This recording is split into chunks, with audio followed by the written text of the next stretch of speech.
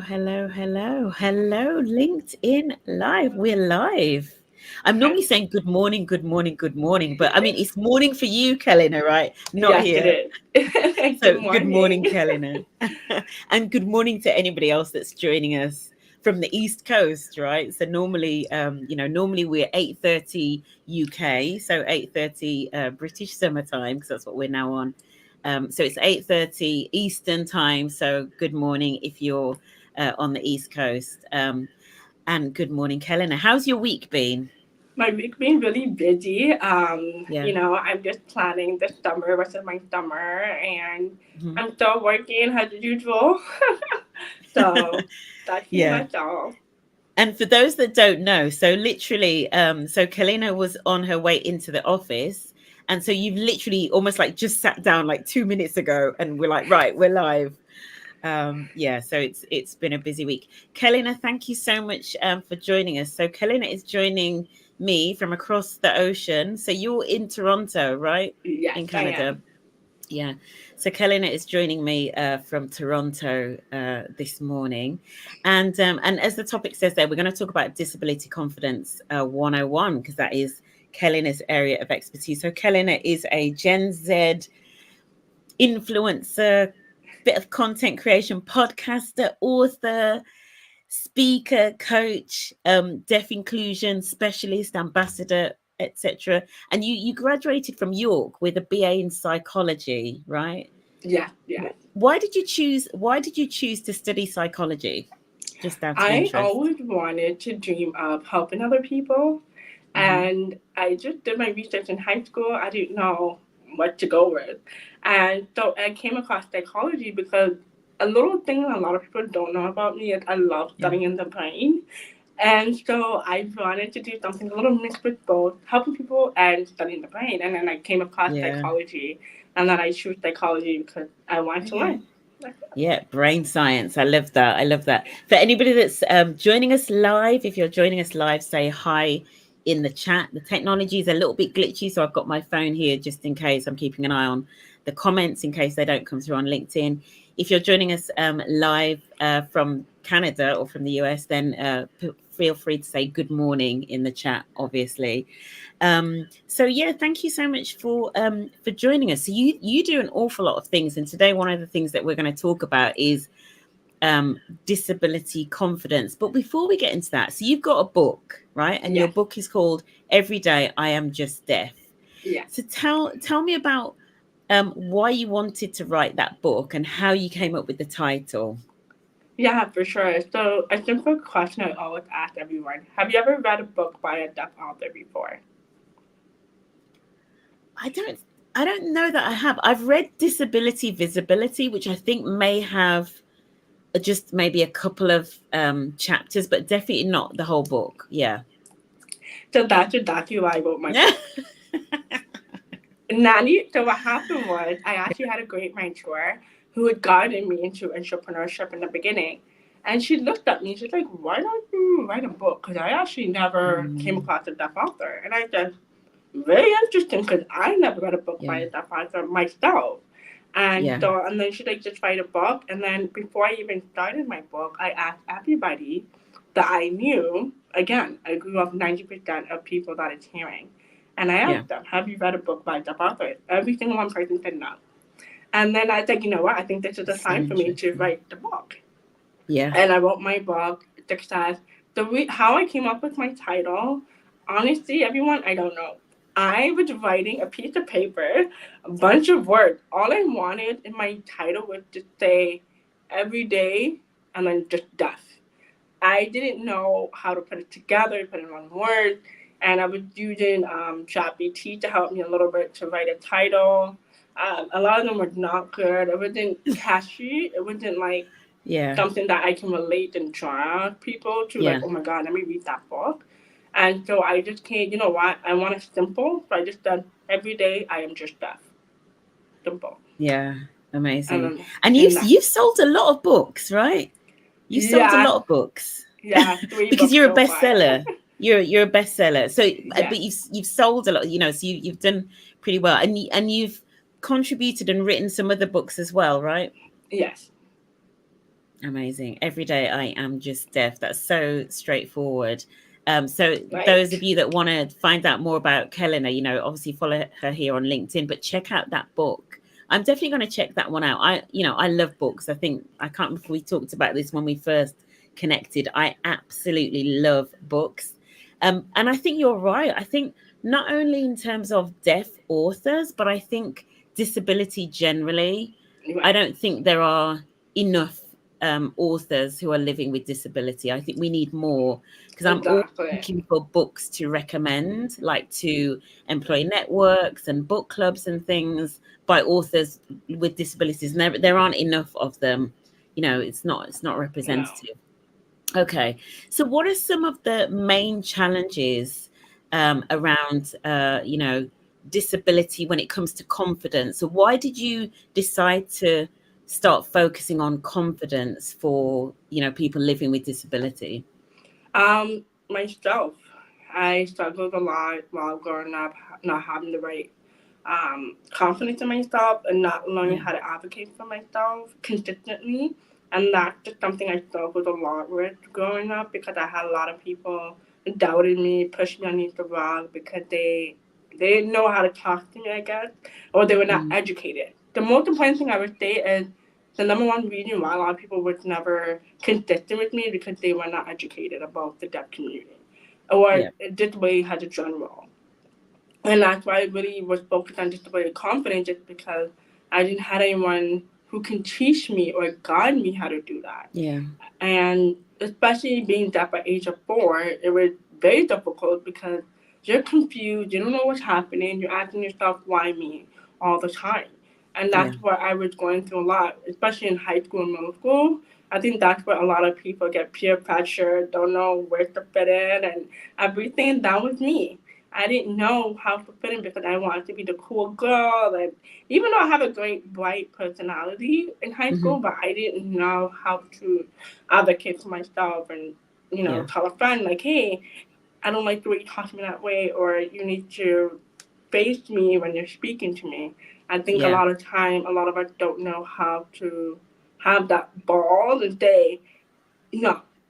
And I think Right. a lot of us who have disability are afraid of, I guess, I don't know what's gonna happen, the results, and I Yeah. feel like you develop depression over time, and that Yeah. happened to me. I developed over time, and then because I didn't have anyone, or even professional who are deaf or have a disability who can actually help me, and that's Yeah. why I wanted to talk about disability and confidence.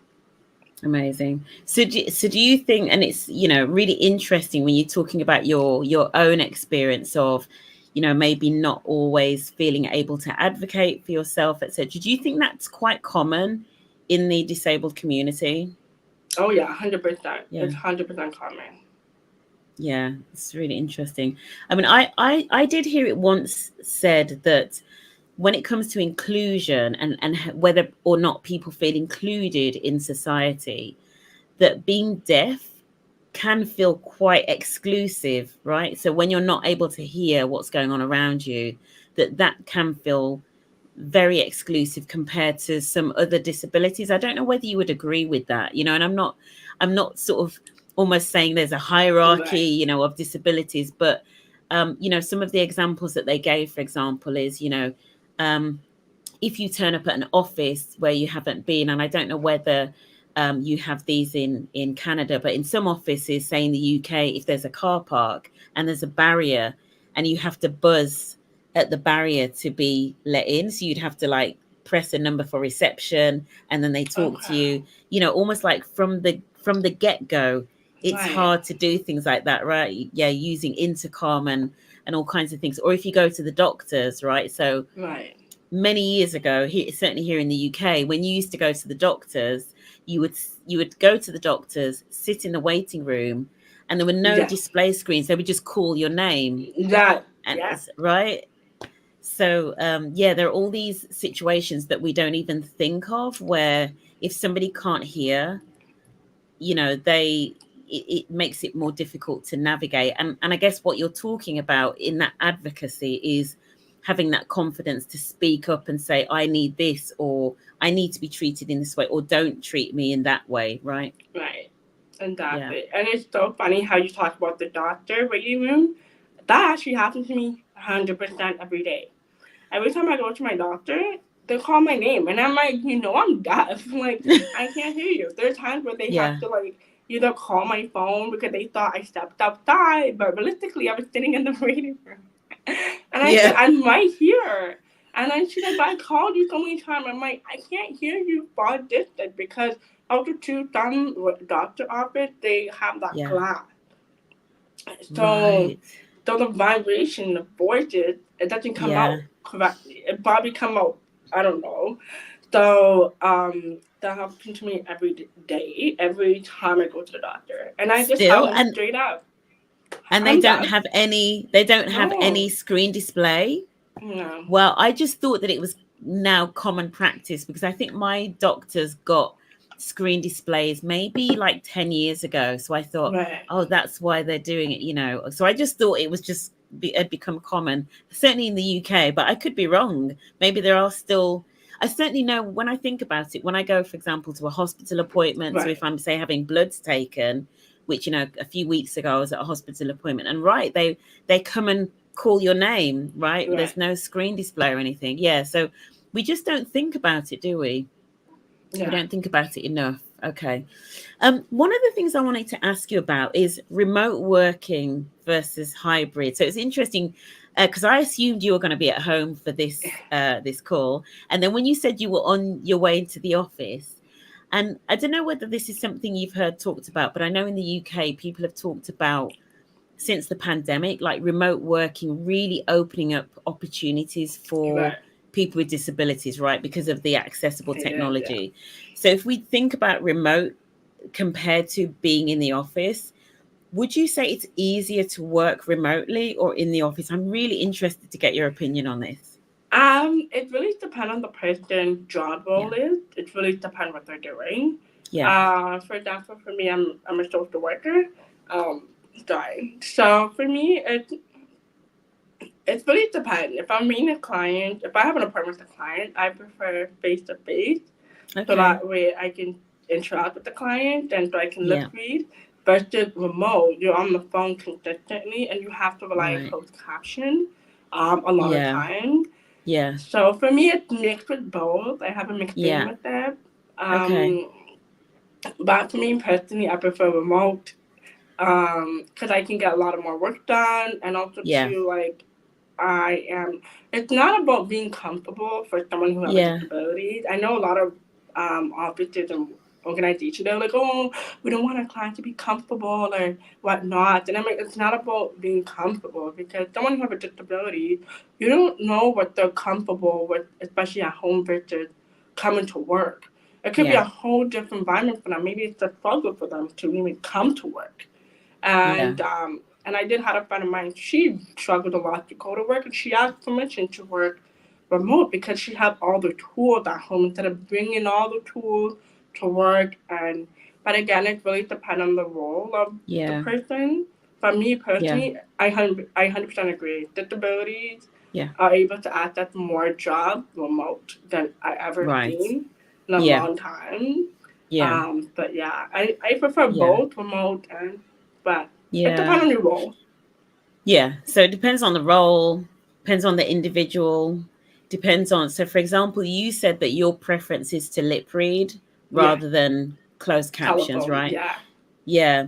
Do are there individuals who have hearing loss who prefer closed captions in your experience? Right. yeah, So yeah, it depends on the individual, doesn't it? So that's maybe just one of the first takeaways from this for anybody that's watching, like from an organization that's maybe thinking of mandating return to the office policies, because we're seeing that a lot, right? It's yeah, really thinking about if you have individuals that have different accessibility needs in terms of communication and information, what's best for that individual, and bearing in mind the role as well. So really doing it on an individual by individual basis. Yeah. that exactly. Yeah. Okay. And then, so if we talk a little bit more about organizations, I thought, and you're giving me some free advice here, right? Because I'm doing some training. I'm doing some in-house training over the next Okay. couple of months, right, with some employee networks. And one of the things that I've become more aware of is making sure that I understand whether any of my group have, have any visual or hearing impairments. So with the visual ones, we all know about alternative text for images. If we're presenting and sharing slides and material in advance, so there's an opportunity to do that. What kinds of things should I be thinking about as a presenter or people that are running events, for example, to make sure that they're inclusive for people with hearing loss? What are some Yeah, of the things we should be thinking about? definitely. I would say, again, it depends on what type of workshop you're providing. So if Hmm. you're doing a video call, just make sure that you have a closed caption that that is able to keep up with your words. So a lot of times, some people don't realize this. Some closed caption don't always pick up everything very quick. Right. So just be mindful of checking in. Just say, hey, as my closed caption showing up okay for everyone. That'll be Right. the best way of checking up. Yeah. Once in a while, when you're done talking, be like, hey, did anybody catch what I said? So that way you're not making the other person feel uncomfortable, right? Yeah. You don't want to Yeah. just say, oh, the closed caption, okay? Like, you don't want to Yeah. offend people who are doing closed caption. Just say, hey, did Right. everybody caught what I said? Leave it that way. And then number Yeah. two, before you do your workshop, um, give out a form or like I find that something that you are able to be aware of someone have a disability joining in. Yeah. That's what I do. Every time I do a Yeah. workshop, I just be aware, like, okay, who is coming on, what type of person am I joining in, because you want to be prepared as possible, Yeah. as you can. Yeah. So that is my two top advice. Just make sure that you're following up with the caption, and two, before you start the webinar, well, even do like an icebreaker before you start your workshop. So that way you Mm. have an idea like who had a disability, who doesn't. You Yeah. can do like an activity, something fun, like hey, if I don't know, give a scenario, make people respond, and you can tell. And Yeah. so that's my advice. Yeah, and it's interesting. One of the things that you said there. So the workshop that I'm doing, they're all in person. They're all face to face, right? Mm-hmm. But there's something about, I feel like sometimes we get embarrassed or we feel awkward to either ask the question or and so with this one, I mean, I was able to say to the organizer, to the internal um diversity and inclusion manager, do you have anybody that needs any adjustments, etc. Right. But yeah, we feel awkward, I think, asking, whether anybody needs any adjustments making. I don't know why that is, and whether you've got any tips around, how we can just ask that with confidence, and or I guess for individuals with disabilities, the process of disclosing that if somebody needs to disclose, right?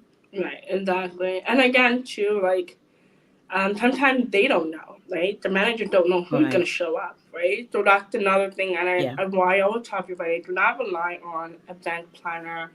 Just show up to the event, ask the question, Right. you know.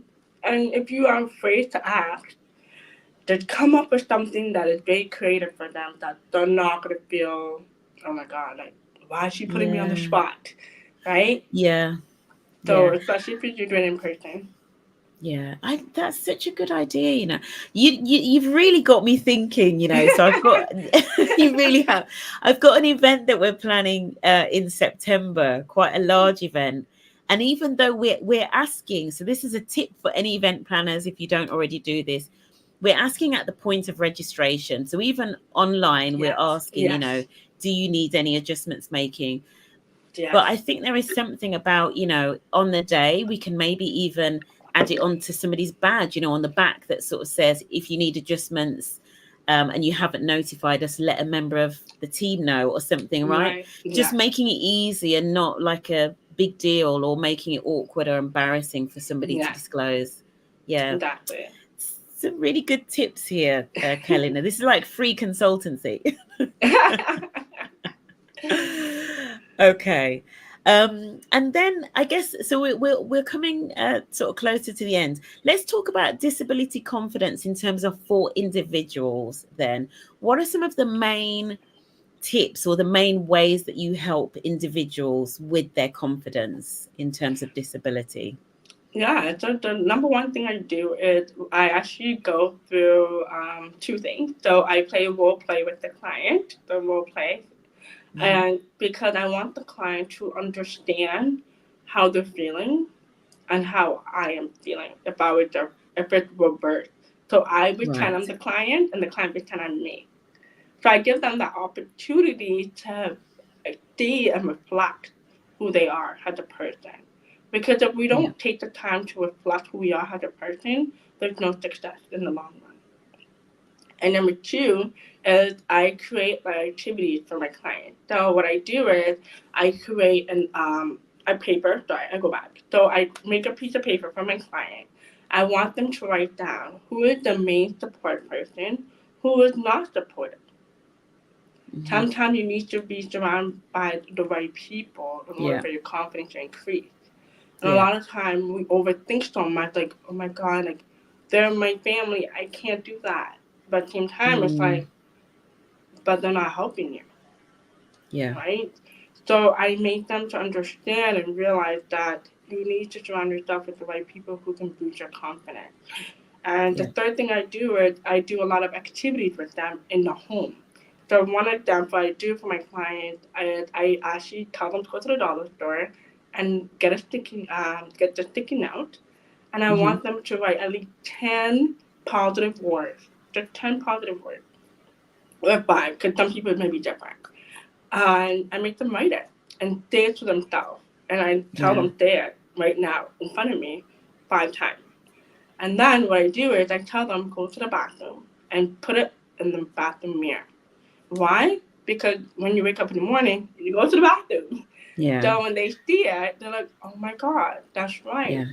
Or even on the mirror in the mirror in the bedroom, or even in the car, or even if you in your wallet, your phone, your back of your phone, because everybody uses Yeah. their phone so much.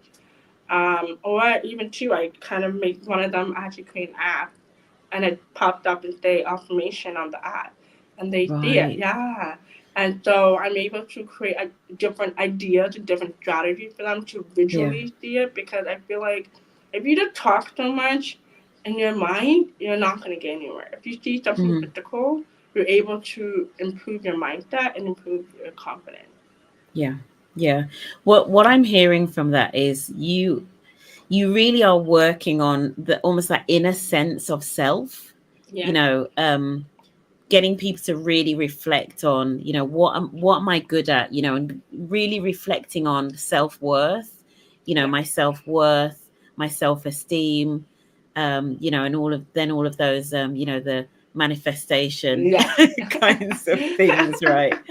Which I completely get. Yeah. So it's really quite holistic. It reminded me a little bit when you were talking through how you work on them with their confidence. It reminded me of a book. And this is one of the few books by a disabled author. It's actually a UK author called Francesca Martinez, who has cerebral palsy, and Okay. she's written a book which is called What the F is Normal.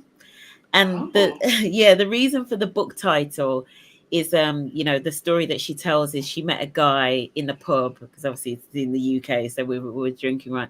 So she met a guy in the pub, and in introducing herself to him, she basically Right. said, "Oh, I'm not normal. I've got this, I've got that." And he said, "Well, Yeah. what is normal? Like nobody's Right. normal, quote Yeah. unquote. It's right. None of us are normal." Normal, So exactly. yeah, yeah. So it's really interesting. That particular book is very much about self acceptance.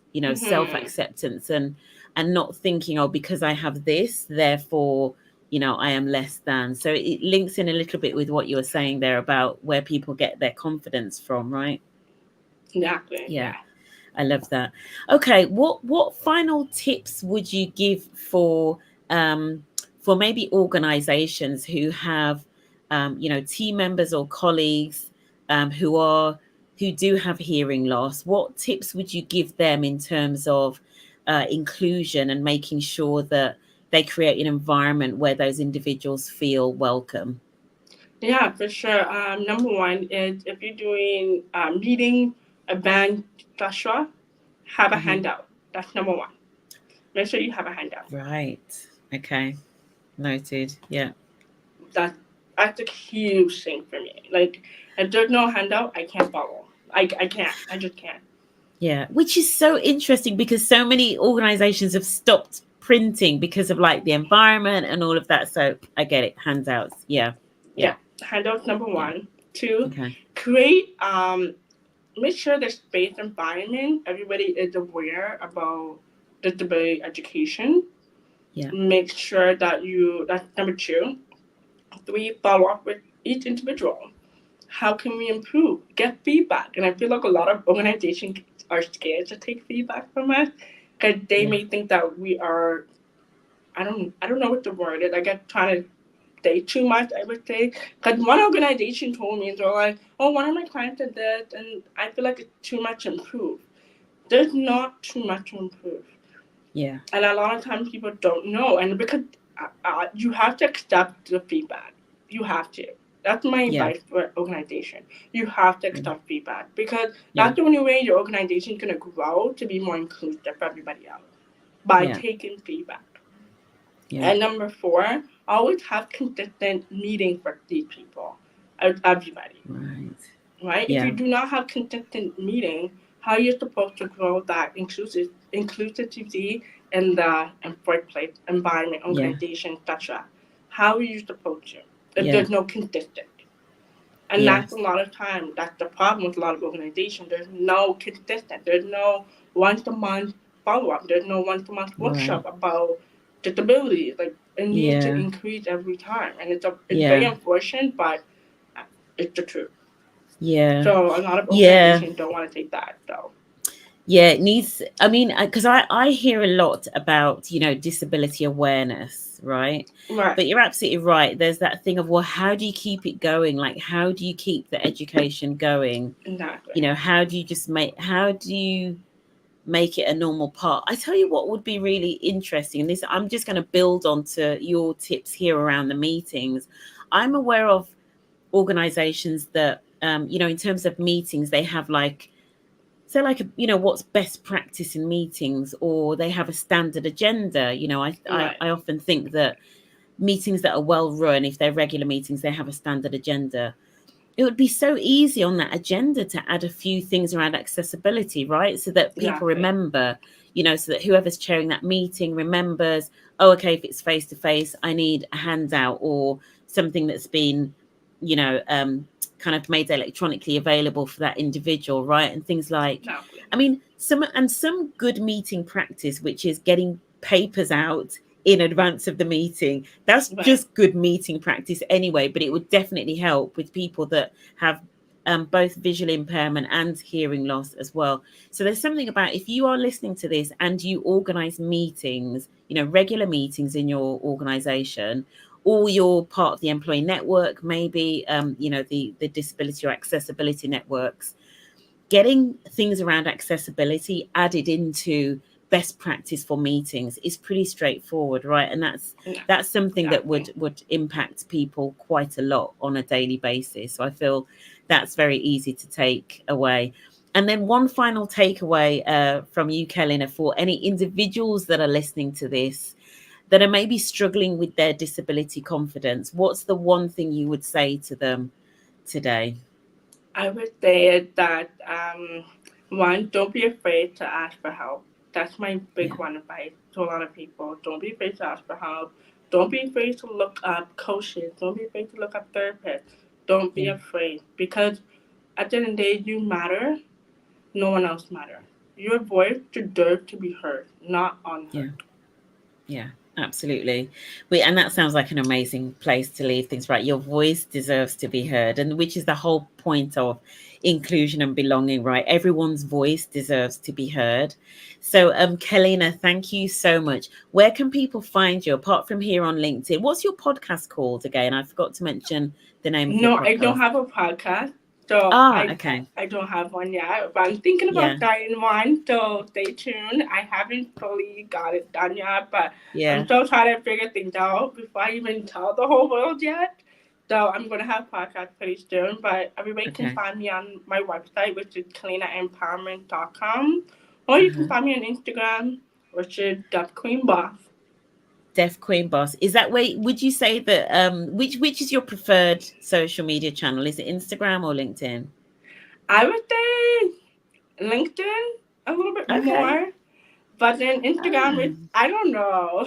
I yeah. would both. So I thought that Instagram is where the youngsters are, the Gen exactly, Zers, exactly. The younger right? one. Yeah. Yeah. Well, thank you so much, Kellina, for joining me on this LinkedIn Live. It's been absolutely amazing having you. Thank you. Thank you for having me. I hope everybody have a great, lovely evening in UK. Yeah, And thank then you. Yes. have a great day for those in my Yeah, time. yeah, absolutely. Thank you to anyone that was joined us live, and thank you if you're watching us on the replay. Thank you for taking some time out of your day, and I'll see you again next week. Bye.